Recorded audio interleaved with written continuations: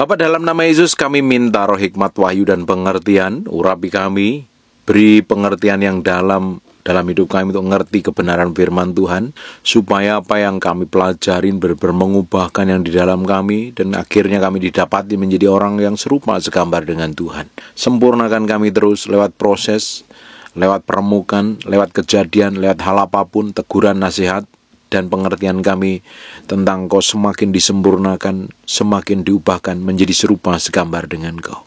Roh Kudus bicara terus di antara kami, dan kami belajar firman-Mu dalam nama Yesus Kristus. Haleluya. Amin. Hari ini kita akan kembali belajar kebenaran firman Tuhan. Kita akan lihat di 1 Yohanes pasal yang ketiga, mulai ayat yang ke-11.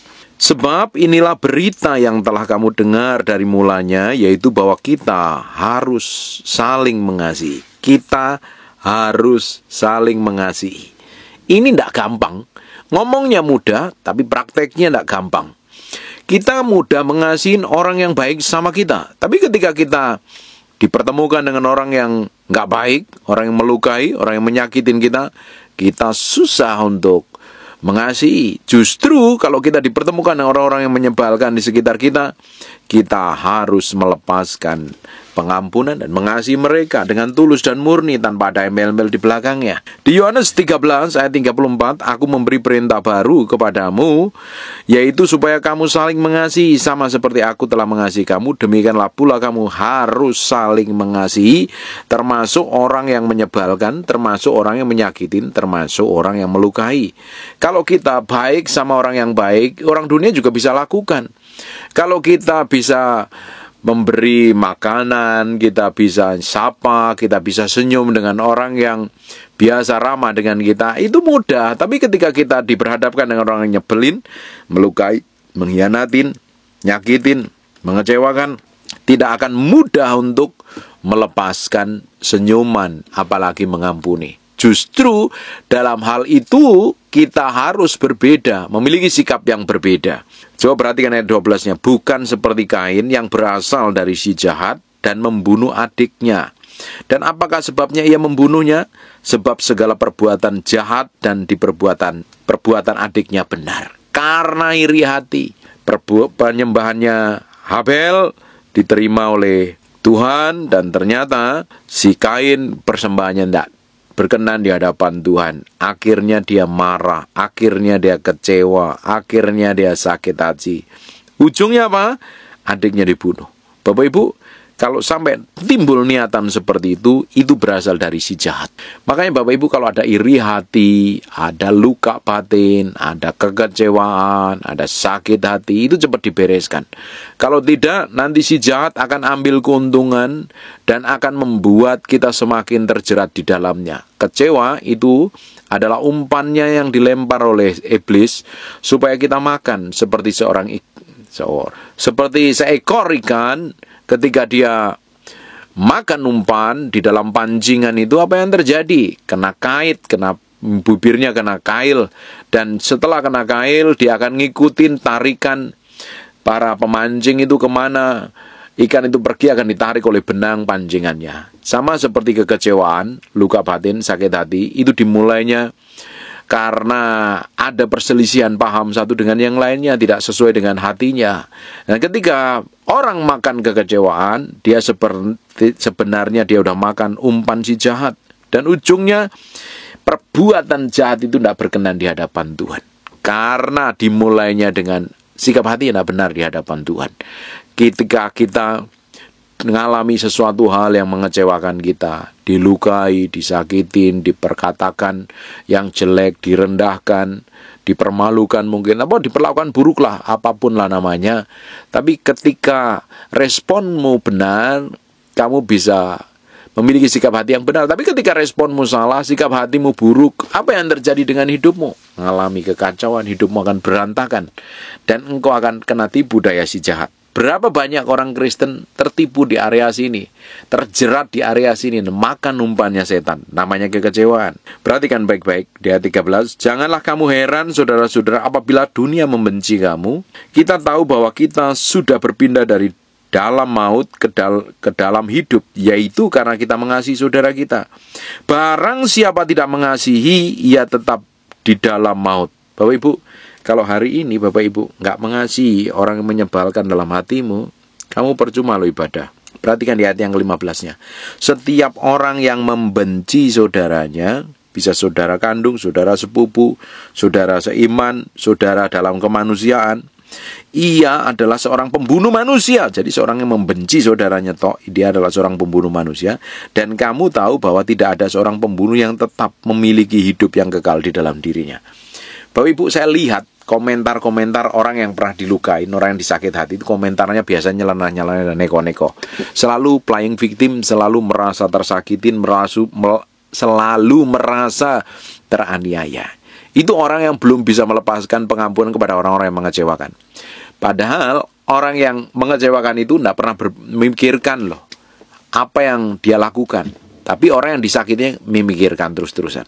Makanya kita harus bijaksana ketika kita menghadapi perlakuan-perlakuan yang buruk. Kita diperhadapkan dengan orang-orang yang menyebalkan. Karena tidak selalu kita dipertemukan dengan orang baik. Kadang kita dipertemukan dengan orang-orang yang menyebalkan. Justru kita harus memiliki sikap hati yang benar. Apalagi kalau itu pasangan hidupmu, kelakuannya jelek, sikapnya buruk, kata-katanya kasar, merendahkan, mulutnya jahat. Tidak mudah untuk mengasihi orang-orang seperti kadang terpancing untuk marah, kadang terpancing untuk sebel. Justru kita harus melepaskan belas kasihan untuk orang-orang seperti ini. Jangan pernah simpan hati, percuma saja. Ketika ada orang memaki kita, ketika ada orang mengecewakan kita, ketika ada orang merendahkan kita, kita kepikiran terus. Bapak Ibu bisa bayangkan, kemanapun kita pergi kita kepikiran terus, bahkan susah tidur, nggak enak makan. Tetapi orang yang melakukan itu terhadap kita, belum tentu loh memikirkan kita. Bahkan ingat pun nggak pernah. Itu yang paling konyol. Kita seringkali terbawa oleh perkataan orang lain. Dan Bapak Ibu, hidupmu tidak ditentukan oleh perkataan orang lain, hidupmu ditentukan oleh perkataan Tuhan. Jangan terpengaruh oleh perkataan orang lain. Perkataan orang lain yang buruk, tanggalkan, buang. Yang baik terima sebagai nasihat dan didikan. Tapi kebanyakan orang lebih suka merenungkan perkataan buruk orang lain sampai susah tidur, sampai susah makan. Dan akhirnya apa yang terjadi? Kecewa, sakit hati, benci, jengkel, dendam, dan ujungnya apa? Ujungnya membenci. Ketika Bapak Ibu membenci sesamamu, sebenarnya Bapak Ibu, engkau adalah seorang pembunuh manusia. Di ayat yang ke-15, setiap orang yang membenci saudaranya adalah seorang pembunuh manusia. Dan kamu tahu bahwa tidak ada seorang pembunuh yang tetap memiliki hidup kekal di dalam dirinya. Kamu benci karena dikecewakan. Kamu simpen dendam. Tapi kamu hari ini rajin ibadah, rajin kasih persembahan. Percuma, kamu gak memiliki kehidupan yang kekal. Solusinya bagaimana? Melepaskan pengampunan. Saya ketemukan ada orang-orang yang begitu kecewa dan susah melepaskan pengampunan. Kamu yang rugi loh. Orang yang disakitin biasanya mulutnya pedes, mulutnya nyelekit kalau ngomong, merasa paling teraniaya dan perlu dibelas kasihani. Tapi tidak ada solusi yang terbaik kecuali kita melepaskan pengampunan. Sebenarnya kalau kita melepaskan pengampunan kepada orang-orang yang menyebalkan, orang-orang yang menyakitin kita, kita ini memproteksi diri, menjagain diri kita ini dari kecewa, sakit hati, benci, dendam, dan marah. Tapi kalau kita terima perlakuan buruk orang lain itu seperti aniaya, seperti tekanan, seperti luka, seperti guncangan, dan kamu nggak bisa melepaskan pengampunan, apa yang terjadi dalam hidupmu? Engkau ujungnya akan mengalami kekecewaan yang berat dan mengalami hati yang terluka dan ujungnya sangat membenci. Kalau kamu simpan kebencian di dalam hatimu, artinya engkau tidak memiliki kehidupan yang kekal. Engkau akan binasa. Sekalipun kau rajin ibadah di gereja, sekalipun kamu tiap hari berdoa, percuma. Wong kitab Matius katakan kalau kamu punya ganjalan dalam hati saudaramu ketika mempersembahkan korban, tinggalkan persembahanmu itu, temuin, beresin dulu. Artinya kan hati kita yang paling penting di hadapan Tuhan. Hati ini harus penting loh. Makanya kitab Amsal katakan, jagalah hatimu dengan segala kewaspadaan, sebab dari sanalah akan terpancar kehidupan. Orang kalau dipenuhi dengan marah, dipenuhi dengan jengkel, dipenuhi dengan emosi, dipenuhi dengan kebencian, yang terpancar dalam hidupnya bukan kehidupan tapi ada kematian. Bapak Ibu bisa bayangkan kalau hatimu penuh dengan amarah, Engkau nggak bisa tenang. Ketika hatimu penuh dengan kecewa, engkau akan selalu berpikiran buruk. Orang-orang yang dikecewakan dan belum bisa menang terhadap dirinya sendiri, pikirannya buruk, pikirannya jelek. Bapak Ibu, ada orang-orang yang disakitin, dikecewakan. Bapak Ibu, ketemu pendeta yang hebat sekalipun, kalau hatimu tetap busuk, tidak mau melepaskan pengampunan, percuma dan sia-sia. Bapak Ibu, tiap hari tidur di gereja, rajin ibadah, tapi engkau simpan kepahitan, simpan kebencian, tidak bisa melepaskan pengampun, ibadahmu sia-sia. Alkitab katakan, ketika engkau mempersembahkan korban, persembahan, tapi kamu ingat sesuatu pada hatimu, karena pernah ribut dengan suamimu, istrimu, mertuamu, mantumu, anakmu, tetanggamu, temanmu, partner bisnismu, dan kamu simpan terus itu, simpan kesalmu, kecewamu, sakit hatimu, kamu tetap berdoa. Alkitab katakan, suruh tinggalkan persembahanmu, temuin orang itu, beresin. Kalau tidak, persembahanmu tidak berkenan di hadapan Tuhan. Ini kan selalu bicara tentang hati kita. Tuhan tuh mau hati kita. Tuhan mau hati kita ini benar di hadapannya. Jadi korban persembahan yang berkenan di hadapan Tuhan. Kan percuma kita ibadah, tapi hati kita pahitnya luar biasa. Hatinya penuh dengan dendam. Hatinya penuh dengan yang pahit-pahit, yang melukai, disimpan terus. Bapak Ibu bisa bayangkan ketika hal yang pahit, hal yang melukai, hal yang mengecewakan, hal yang benar-benar membuat hidupmu trauma, terus kamu simpan terus, tidak ada gunanya. Itu hanya sampah yang akan membuat hidupmu terluka loh. Hari ini belajar menaruh hatimu sepenuhnya di hadapan Tuhan. Sebab setiap orang yang membenci saudaranya adalah seorang pembunuh manusia. Kamu simpan kebencian aja. Simple. Karena kamu pernah dilukai, kamu jengkel dan marah sama dia. Kamu tidak akan memiliki hidup yang kekal di dalam dirimu. Perhatikan di ayat 16. Demikian kita ketahuilah kasih Kristus, yaitu bahwa Ia telah menyerahkan nyawanya untuk kita. Jadi kita pun wajib menyerahkan nyawa kita untuk saudara-saudara kita. Tidak mudah ini. Apalagi yang suami istri yang diikat dengan perjanjian pernikahan yang sehidup semati, sampai maut memisahkan saja. Kadang seringkali suami sering memaki istrinya, istri sering memaki suami, merendahkan. Bagaimana mau menyerahkan nyawa untuk pasangannya, apalagi orang lain. Tidak mudah. Orang yang mati terhadap dirinya sendiri, orang yang menyangkalin dirinya sendiri, orang yang membenci dirinya sendiri, baru bisa mengasihi orang lain loh. Tapi kalau Bapak Ibu terlalu mengasihi dirimu sendiri, harga diri saya terlalu diinjak, perasaan saya terluka, kamu gak menghargain saya dan lain sebagainya, itu satu paket. Kalau masih memberatkan hal seperti itu, kamu susah melepaskan pengampunan. Karena harga dirimu yang paling kamu bela. Kekristenan sejati harus mati terhadap diri sendiri, membenci dirinya, pikul salib, sangkal diri. Baru kita memiliki kemurnian untuk mengasihi orang lain, mengasihi orang yang menyebalkan, melepaskan pengampunan untuk orang yang mengecewakan, melepaskan pengampunan untuk orang yang menyakitin. Kita baru bisa hidup benar di hadapan Tuhan. Bapak Ibu bisa bayangkan kalau setiap hari apa yang kita kerjakan, apa yang kita lakukan kelihatan rohani, tapi kita simpan dendam, simpan sakit hati. Apakah kita berkenan di hadapan Tuhan? Tidak mungkin kita berkenan di hadapan Tuhan. Makanya sampai ayat ini ngomong seperti, perhatikan ya. Demikianlah kita ketahui kasih Kristus, yaitu bahwa Ia telah menyerahkan nyawanya untuk kita. Jadi kita pun wajib menyerahkan nyawa kita untuk saudara-saudara kita. Barang siapa mempunyai harta duniawi dan melihat saudaranya menderita kekurangan, tetapi menutup pintu hatinya terhadap saudaranya itu, ini orang diberkati, tapi melihat saudaranya kekurangan, tapi enggak mau tahu, menutup pintu hatinya terhadap saudaranya itu, pelit, kikir, medit, meleki. Bagaimana kasih Allah ada dalam dirinya? Kalau Bapak Ibu, kamu pelitnya bukan main. Ada orang kesusahan di depan matamu, kamu nggak tolong. Padahal kamu punya hal yang bisa untuk menolong dia, bisa membantu kebutuhannya. Terus kamu nggak tolong, kamu cuekin. Ada orang yang benar-benar membutuhkan pertolongan, kamu cuekin saja. Di mana kasih Allah ada dalam hatimu? Palsu loh. Makanya orang yang hidup ikut Tuhan itu benar-benar praktek hidupnya sesuai dengan firman. Perhatikan 18, anak-anakku, marilah kita mengasihi bukan dengan perkataan atau dengan lidah, tapi dengan perbuatan dan dalam kebenaran. Mengasihi itu praktek hidup kita loh. Aku mengampuni, tapi kamu masih simpan dendam. Iya, aku mengasihi, tapi ada orang yang kesusahan depan matamu, kamu gak tolong. Kasihmu palsu, bohong. Kalau kita mau mengasihi ya dengan perbuatan, bukan dengan perkataan toh. Buat apa?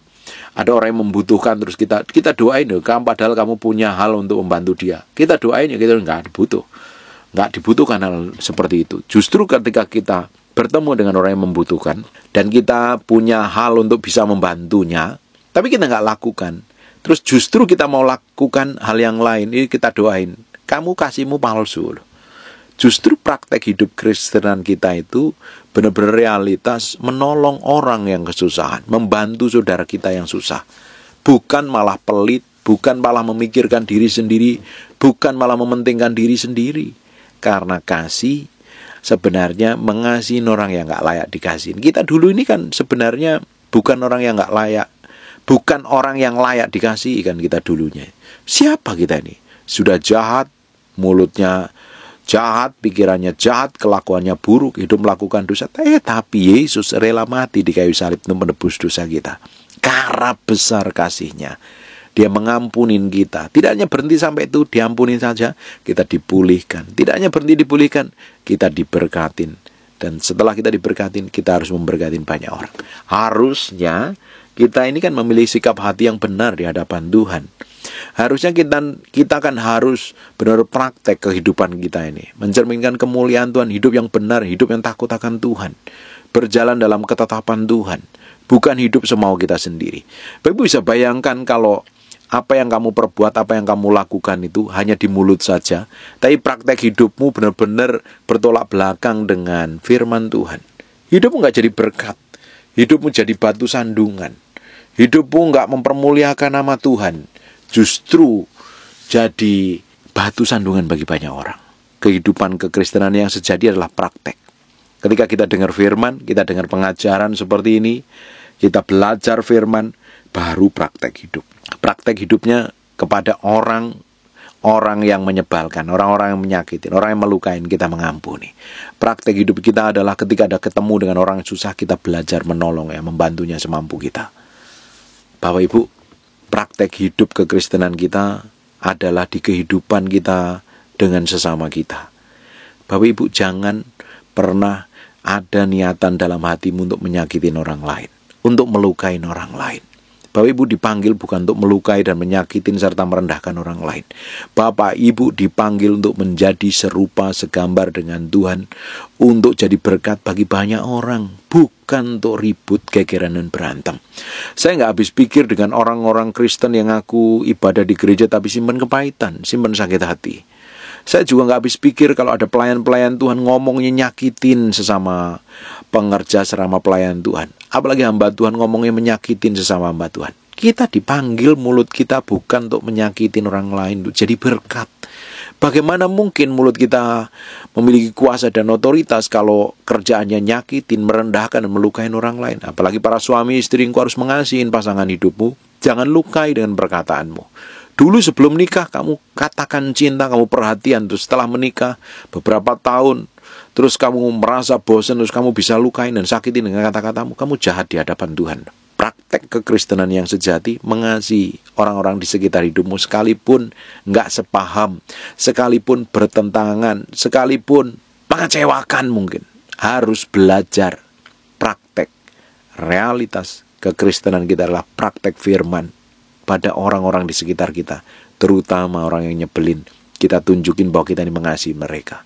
Bapak Ibu, memiliki kemurnian hati, dari hatimu yang murni, yang baru engkau bisa berdoa di hadapan Tuhan, engkau bisa membangun hubungan keintiman dengan Tuhan. Sebab tanpa hubungan keintiman dengan Tuhan, kita nggak akan bisa memiliki kasih Allah yang mengalir dalam hidup kita. Kita perlu nempel pada pribadi Tuhan. Kita perlu dekat terus dengan hadiratnya, supaya kedagingan kita semakin dimatikan. Semakin kita didapati menjadi orang yang menyenangkan hati Tuhan, dan didapati menjadi orang yang mempermuliakan nama Tuhan. Saya berdoa, apa yang kita pelajarin hari ini benar-benar mengubahkan hatimu. Bagi orang yang simpen kepahitan, simpen kecewa, simpen sakit hati, disakitin, rasanya tidak adil dengan hidupmu. Kok orang yang menyakiti kamu malah diberkati, orang yang mengecewakan kamu, orang yang menipu kamu kok tambah kaya, kamu sendiri menderita. Bapak Ibu, lepaskan pengampunan. Bapak Ibu simpen sakit hati, simpen dendam, tidak akan mengubahkan apa-apa. Justru kita menyerahkan hati kita di hadapan Tuhan. Mengasihi adalah memberikan kasih kita kepada orang yang tidak layak dikasihin. Seperti Yesus mengasihin kita, sebenarnya kita nggak layak dikasih. Karena kasih karunia, karena kemurahannya kita dikasihin Tuhan. Karena begitu besar kasih Allah akan dunia ini, Dia mengaruniakan anaknya yang tunggal Yesus Kristus menebus dosa kita, supaya kita diselamatkan. Dan kita diangkat menjadi anaknya dan memiliki ahli waris kerajaan Allah. Itu hebatnya Tuhan. Kalau Tuhan dulu aja sudah ampuni dosa kita, kenapa kok ada orang mengecewakan kita nggak mau ampuni? Apakah hebatnya kita nggak mau ngampuni orang lain? Apakah Bapak Ibu udah terlalu benar? Apakah Bapak Ibu udah terlalu berkenan di hadapan Tuhan, punya otoritas untuk punya kuasa untuk benar-benar membenci orang lain? Apalagi mengatain, apalagi merendahkan orang lain. Apakah Bapak Ibu punya hak untuk menghakimi orang lain? Kita nggak punya hak. Justru kita harus belajar hidup benar, hidup takut akan Tuhan, hidup mempermuliakan nama Tuhan. Semakin hari semakin menjadi serupa, segambar dengan Kristus. Amin. Saya berdoa firman ini nempel dalam batinmu. Engkau hidup merdeka dari sakit hati, dari kepahitan, dari luka batin masa lalu, dari kekecewaan, dan kamu mulai fokus jalan sama Tuhan. Kamu menikmatin kebaikan kemurahan Tuhan. Tutup matamu, tutup Alkitabmu, kita berdoa. Terima kasih buat firman-Mu, kami materaikan dengan anak domba lah firman nempel dalam hati kami. Berhari-hari, berminggu-minggu, berbulan-bulan firman jadi kehidupan, dan kamu berdoa setiap orang yang mendengar firman ini diubahkan, dijamah, dipulihkan Tuhan, dan nama-Mu yang dipermuliakan atas kehidupan mereka. Terima kasih Tuhan, yang mau berdoa untuk sakit dan mengalami kelemahan tubuh oleh bilur Yesus, oleh darah Yesus, jadilah engkau tahir, jadilah engkau pulih, jadilah engkau sembuh, sehat seperti sedia kala. Dalam nama Yesus, haleluya, amin. God bless you. Percuma kalau kita datang ibadah ini, kalau Bapak Ibu nggak terima sesuatu. Bapak Ibu akan terima sesuatu ketika roh Tuhan mengurapimu.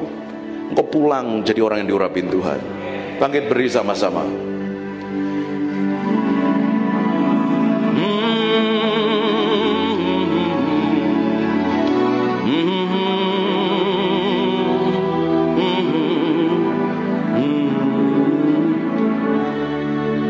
Come breathe upon me,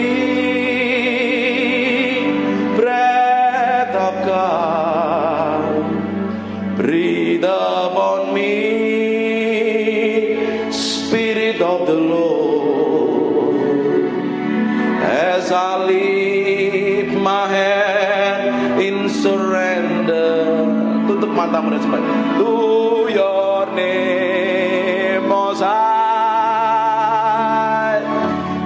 Yielding to your spirit, walking in your love. Jesus, I adore. Jesus, I adore.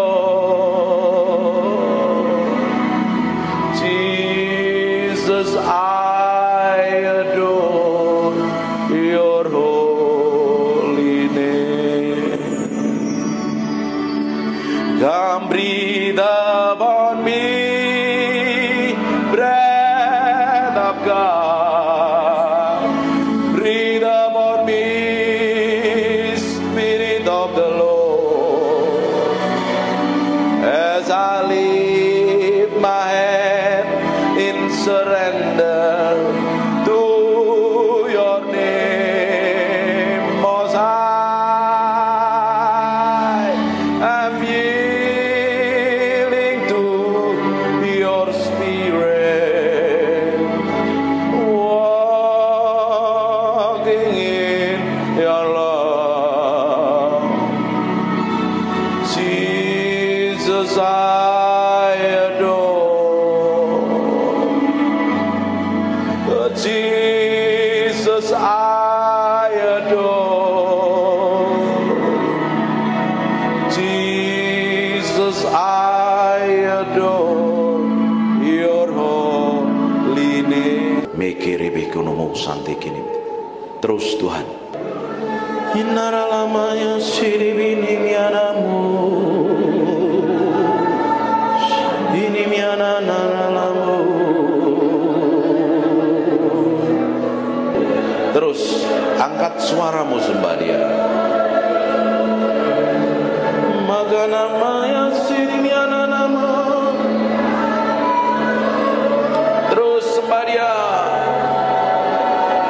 Nyanyikan mazmur yang keluar dari hatimu, sembah Dia.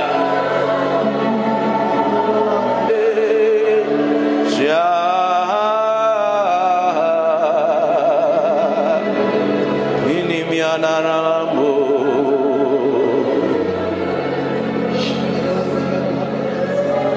Terus Tuhan, biar pengurapan-Mu turun dalam ruangan ini. Buat sesuatu yang berbeda siang hari ini. Bukan karena kami, tapi karena Engkau. Hadirat-Mu memenuhi orang yang haus dan lapar kan Kau. Urapan-Mu sedang turun dalam ruangan ini. Terus semakin kuat. We thank You, we praise You, we adore You. We thank You, we praise You, we adore You. Terima kasih siang hari ini. Terima kasih Tuhan. Terima kasih. Terima kasih.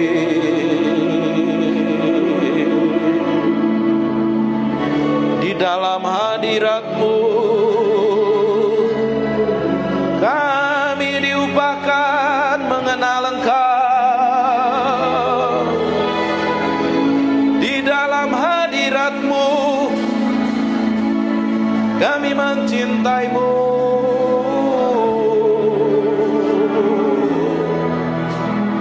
Mencintai-Mu, Roh Kudus. Roh Kudus.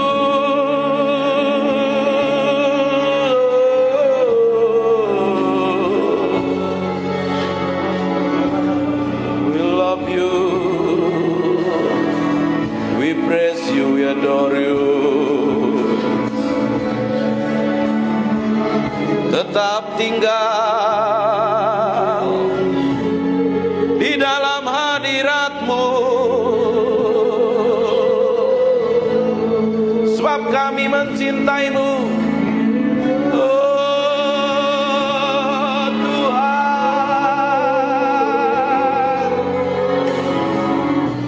Tuhan, Tuhan.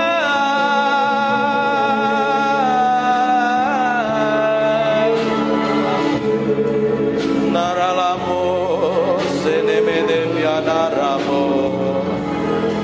Ikiri miana nanamo se. Ikiri bien nanamo so.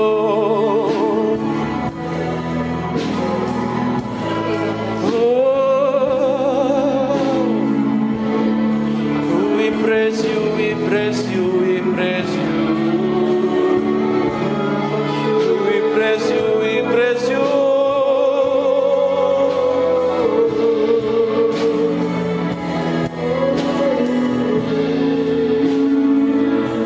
Berlama-lama dalam hadirat-Mu, menikmati kuasa-Mu, Tuhan. Tuhan,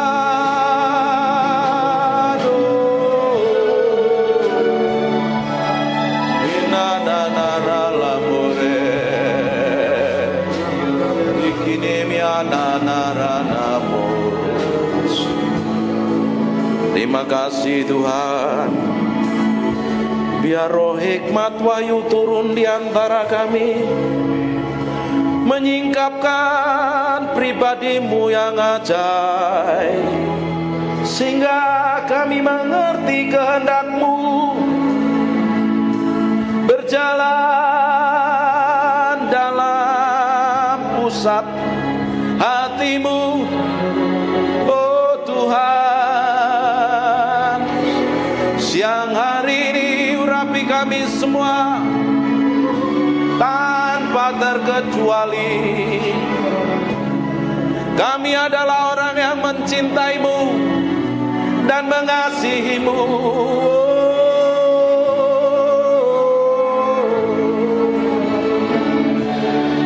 Haleluya, haleluya, haleluya.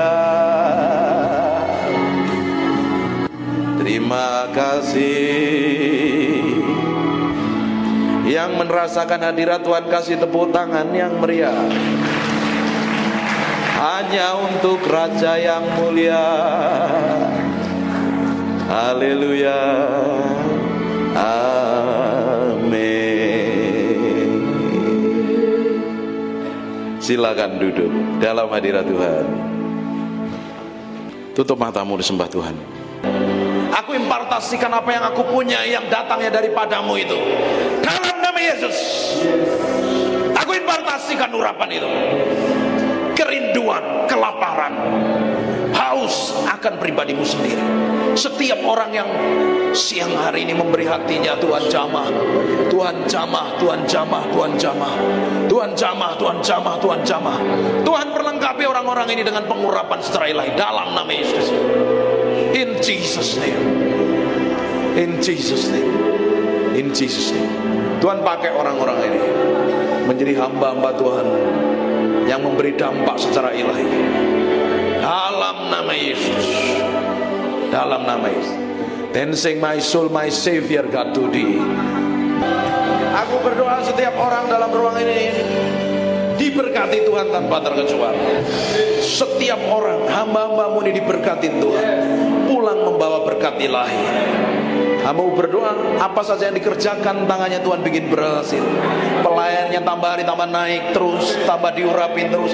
Dikirim jemaat baru dari barat, timur, utara, selatan. Dibikin sukses dan berhasil. Dan sampai garis akhir, kami semua didapati menjadi orang yang berkenan di hadapan Tuhan. Terima kasih Tuhan tanpa terkecuali. Anugerahmu, kemurahanmu melimpah-limpah untuk orang yang kau kasih ini, orang yang setia melayani ini, dalam nama Tuhan Yesus Kristus. Terima kasih Tuhan. Terima kasih.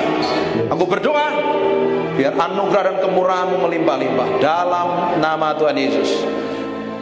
Pulang bawa berkat ini dan anugerah kemelimpah-Mu melimpah-limpah. Semua yang diberkati Tuhan katakan amin. God bless you.